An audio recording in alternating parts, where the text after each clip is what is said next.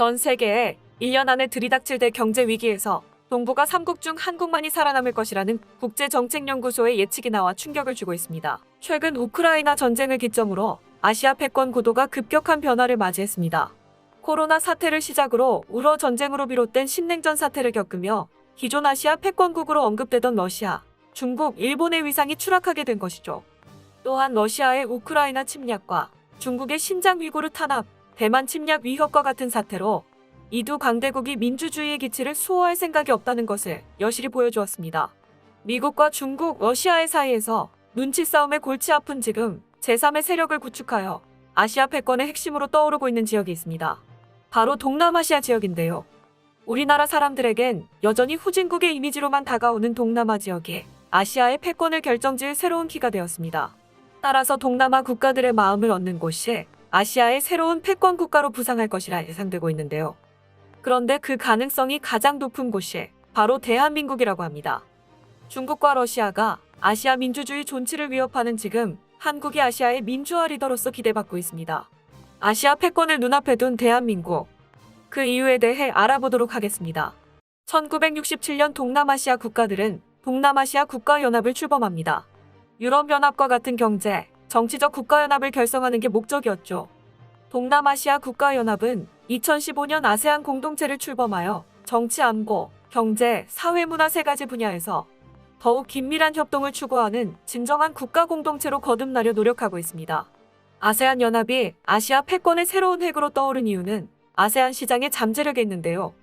아세안 연합은 인구 약 6억 7천만 명, 총 GDP가 3조 4천만 달러에 달하는 어마어마한 규모의 시장을 보유하고 2000년 이후 매년 경제 성장률이 5.3%를 웃돌며 세계 평균을 넘는 높은 성장률을 보여주고 있습니다. 아세안을 구성하고 있는 동남아 국가의 대부분이 개발도상국에서 신흥공업국으로 발전을 거듭하고 있다는 것을 고려했을 때 아세안 시장 발전은 이제 시작이라 볼 수 있습니다.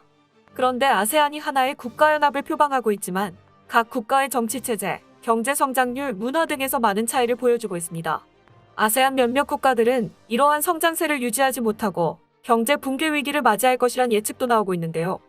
최근 포스트 차이나라는 별명을 얻으며 무섭게 성장 중인 베트남. 하지만 베트남의 전망이 그렇게 밝아 보이지만은 않습니다. 1976년 베트남전 이후 베트남은 공산당 일당 체제를 쭉 유지해왔습니다. 지구상의 중국, 북한과 더불어 몇 되지 않는 공산국가이죠. 이러한 정치체제가 베트남의 발목을 붙잡으려는 예측이 나오고 있습니다. 최근 베트남 공화는 시민운동가이자 소셜미디어 유명인 은무옌 란탕을 체포했습니다. 정부를 비난하는 허위 사실을 소셜미디어 상에 유포했다는 혐의인데요. 베트남 정부는 지난해 유명 인권 블로거 함도안 트랑을 체포, 정부에 위협이 되는 정보를 전파한 혐의로 징역 9년형을 선고해 국제적으로 비난받기도 했습니다. 최근 베트남 정부는 소셜미디어 상에서 반국가적인 내용을 담은 콘텐츠에 대한 통제를 강화하고 있습니다. 올해 1분기에만 3천여 개의 포스트를 유해하다는 명목으로 삭제하기도 했는데요. 어디서 많이 본 모습 아닌가요?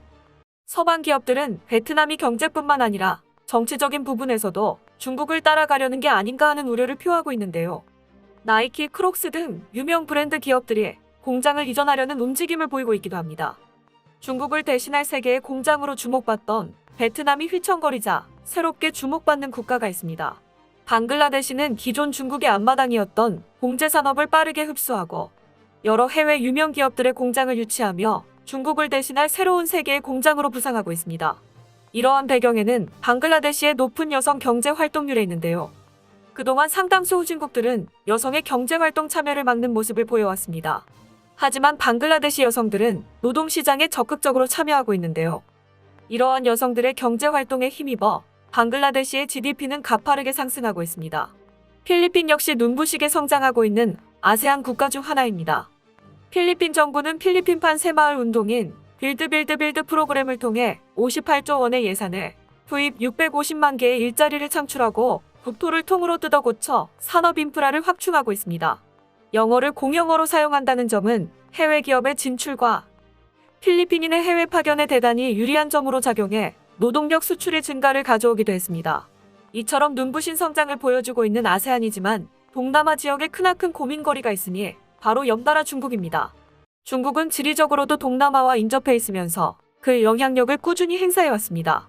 1대1로를 통해 동남아 국가들의 경제력을 휘어잡으려 할 뿐만 아니라 남중국해의 90%를 중국의 영해라고 주장하며 동아시아 해상을 장악하려는 시도를 계속하고 있는데요. 특히 영해권 문제로 수년간 분쟁이 지속되고 있는 남중국해는 언제 터져도 이상하지 않을 아시아의 화약고가 되어가고 있습니다. 이러한 중국의 침략적 행보에 아세안 국가들은 군대의 현대화와 해군력의 강화에 심혈을 기울이고 있습니다. 동남아 국가들의 국방력 강화 행보에 적극적으로 도움을 주고 있는 나라가 바로 한국입니다. 한국은 이전부터 필리핀에 여러 국산 무기들을 무상 공여해왔습니다. 그 덕분인지 필리핀은 우리나라 군수업의 충성 고객이 되었는데요. 국산 고등운영기 T-50에 무장을 추가해 공격기로 개조한 FA-50을 가장 많이 수입하고 실전에 투입해 사용하고 있는 곳이 바로 필리핀입니다. 2014년 수출 계약이 체결된 후 총 12대의 FA-50이 수출되었고 이후 이슬람 반군을 대상으로 실전 투입되어 혁혁한 전과를 세웠습니다. FA-50의 성능에 만족한 필리핀은 추가 구입 의사를 밝히기도 했습니다. 인도네시아는 동남아에서 한국 무기를 가장 많이 구매하는 국가라고 할 수 있습니다. 한국이 수출한 무기의 17%가 인도네시아로 향했다고 하는데요. 인도네시아는 T-50 18대, TA-50 4대, 장보고급 잠수함 세척 등 한국산 무기를 적극적으로 도입했습니다. 국산 무기뿐만 아니라 한국군의 강력함을 전수받으려는 노력도 활발합니다. 인도네시아 육군 및 해병대는 군용 무술로 한국의 용무도를 채택했는데요. 용무도는 2011년 용인대학교 무도학과 교수들이 주축이 되어 만들어진 최신 무술로 유도를 기반으로 여러 가지 무술을 조합해 어떤 상황에서도 대처할 수 있도록 하고 급소 공격을 허용하는 등 높은 실전성을 추구하고 있습니다. 인도네시아에서는 대통령 경호실의 필수 무술로 채택될 정도로 그 강력함을 인정받고 있습니다. 한국의 경제적 진출도 매우 활발하게 이루어지고 있습니다. 신남방 정책을 시작으로 한국 정부는 중국을 대체할 새로운 시장으로 아세안 시장을 선택했습니다. 이에 따른 아세안 국가들에 대한 투자도 증가했는데요. 2016년부터 2020년까지 한국의 아세안에 대한 직접 투자는 317억 달러에 달해 지난 5년과 비교해 74.2%나 늘어 주요국 중 증가율 1위를 기록했습니다. 경제적 영향력과 함께 아세안의 새로운 리더로 한국이 주목받고 있습니다. 중국의 침략적 외교 정책은 동남아 국가들 사이에서 중국의 신뢰도를 잃게 만들었습니다. 동남아 지역에서 일본에 대한 국가 신뢰도는 매우 높은 축에 속했으나 코로나 사태 이후 급격히 추락했습니다. 싱가포르의 싱크탱크인 아이시스 유소프 이샹 연구소가 일본이 아세안 지역에서 국가 신뢰도가 하락하고 있다는 설문조사 결과를 발표했습니다. 정부와 학계를 포함한 다양한 배경의 1677명의 응답자를 대상으로 실시한 향후 일본이 세계 평화, 안보 번영 거버넌스에서 올바른 일을 할 것이라고 확신하느냐고 묻는 설문조사에서 54.2%만이 그렇다고 대답했습니다. 이는 작년 68.2%에서 크게 하락한 수준입니다. 매년 실시했던 설문조사에서 일본에 대한 신뢰도가 60% 밑으로 하락한 건 이번이 처음입니다. 일본의 글로벌 리더십이 의심받는 와중에 한국의 새로운 리더십이 아세안의 주목을 받고 있습니다. 한국 정부는 이전부터 동남아 국가들에 대한 원조를 아끼지 않아왔는데요. 아세안 공적개발원조부터 재해가 발생할 때마다 수만 명의 봉사단을 파견해 물심양면으로 도움을 주었었죠. 또한 올해 한국 정부는 개발도상국 재난 대응을 지원하는 정책 기반 대출 프로그램을 가동해 기후변화로 몸살을 앓고 있는 필리핀, 캄보디아와 같은 국가들에 1억 달러 규모의 차관을 공여할 계획이라고 합니다. 한국 정부는 이번 지원은 순수한 인도적 의도로 이루어진 것이라는 걸 강조하며 앞으로도 아세안 리더 국가로서 언제든지 도움을 줄 것이라 밝혔습니다. 아세안 국가들의 한국에 대한 호감도 상승은 젊은 청년층에서 두드러지고 있습니다. 아세안 청년을 대상으로 한 인식도 조사에서 일본과 미국보다 한국의 신뢰도가 높은 것으로 나타났는데요.